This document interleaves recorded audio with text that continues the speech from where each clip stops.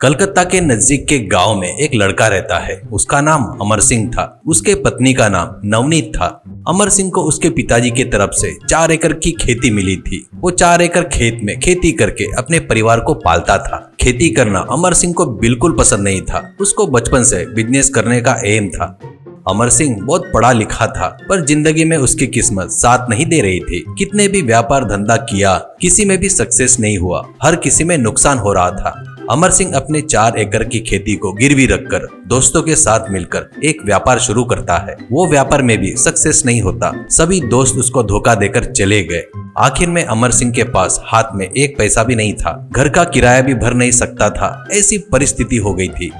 एक दिन रात में अमर सिंह अपने पत्नी नवनीत से, मेरे पास 1 रुपया भी नहीं है। कितना भी बिजनेस किया तो भी एक भी सक्सेस नहीं हुआ। आखिर में खाना देने वाली जमीन को भी गिरवी रख दिया। दोस्तों पर विश्वास करके भी धोखा खाया हूँ करके बोलता है। तो नवनीत, बच्चों को भी भरपेट खाना नहीं दे पा रहे हैं। बेचारे, उनको देखे तो बहुत दुख हो रहा है करके बोलती है। वो बातें सुनकर अमर सिंह का दिल चलने लगता है।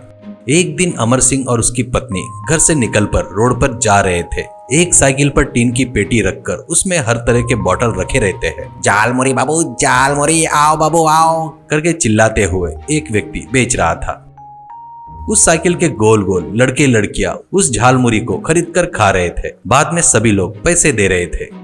ये सब अमर सिंह और उसकी पत्नी देखकर उनको बड़ा आश्चर्य होता है। बाद में घर में अपने पत्नी के साथ मिलकर बैठकर दुखी होते हुए अमर सिंह, नवनीत में कोई भी बिजनेस किया तो नुकसान ही हुआ। अब मुझसे नहीं होगा। अब जीने के लिए भीख मांगना पड़ेगा शायद, ऐसा कहता है। वो बातें सुनकर नवनीत हल्की मुस्कान के साथ, ऐसा क्यों सोच रहे हो अमर? तुम मेहनत करने वाले हो, पर तुमने हमेशा बड़े बड़े व्यापार के बारे में ही सोचे हो। पर उस झालमुरी बेचने वाले को देखा ना, वैसा छोटा धंधा करके बहुत पैसे कमा सकते हैं। वैसे ही कोई धंधा अपन शुरू करेंगे। कम खर्चे में शुरू कर सकते हैं। तुम्हारे हाथों के हुनर से तुम उस झालमुरी को स्वादिष्ट बनाए तो अपन भी पैसे कमा सकते हैं, ऐसा कहता है। उसकी बातों से अमर सिंह को थोड़ी हिम्मत आ जाती है। अगले दिन वो मार्केट में जाकर मुरी, कच्चे आम, प्याज, टमाटर, मसाले सब खरीदता है।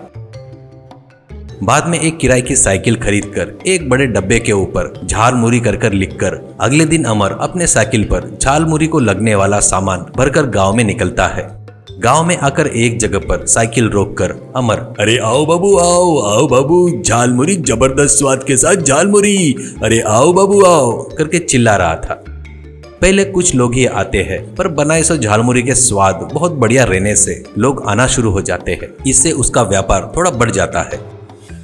एक व्यक्ति झालमुरी खाते हुए, भाई तुम्हारी झालमुरी तो बहुत स्वादिष्ट है, एक और पैक करके दे दो भाई, ऐसा कहता है।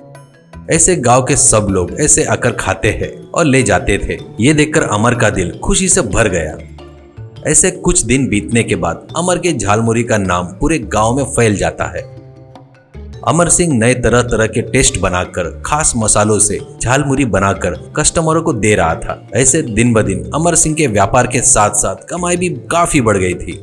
इससे वो किराए की साइकिल के बजाय बाइक खरीद लेता है। उतना ही नहीं, गांव के त्योहारों में, जत्राओं में अपने स्टॉल लगाकर पैसे कमाना शुरू करता है। अब अमर सिंह खुशी से जीना शुरू करता है। कुछ साल बाद अमर सिंह अपनी झालमुरी के धंधे को एक छोटे से होटल में बदल देता है। रोज कई 100 कस्टमर आकर खाने के लेवल पर पहुंच जाता है वो होटल।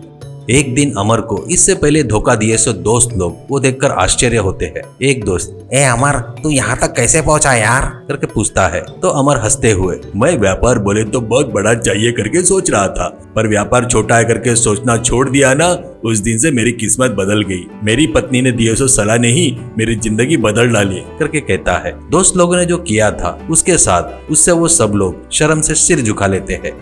उस तरह अमर सिंह हर गांव में अपना झालमुरी स्टॉल लगाकर बहुत नाम कमाता है और अपने बीवी बच्चों के साथ बहुत अच्छा और खुशी से जिंदगी जी रहा था।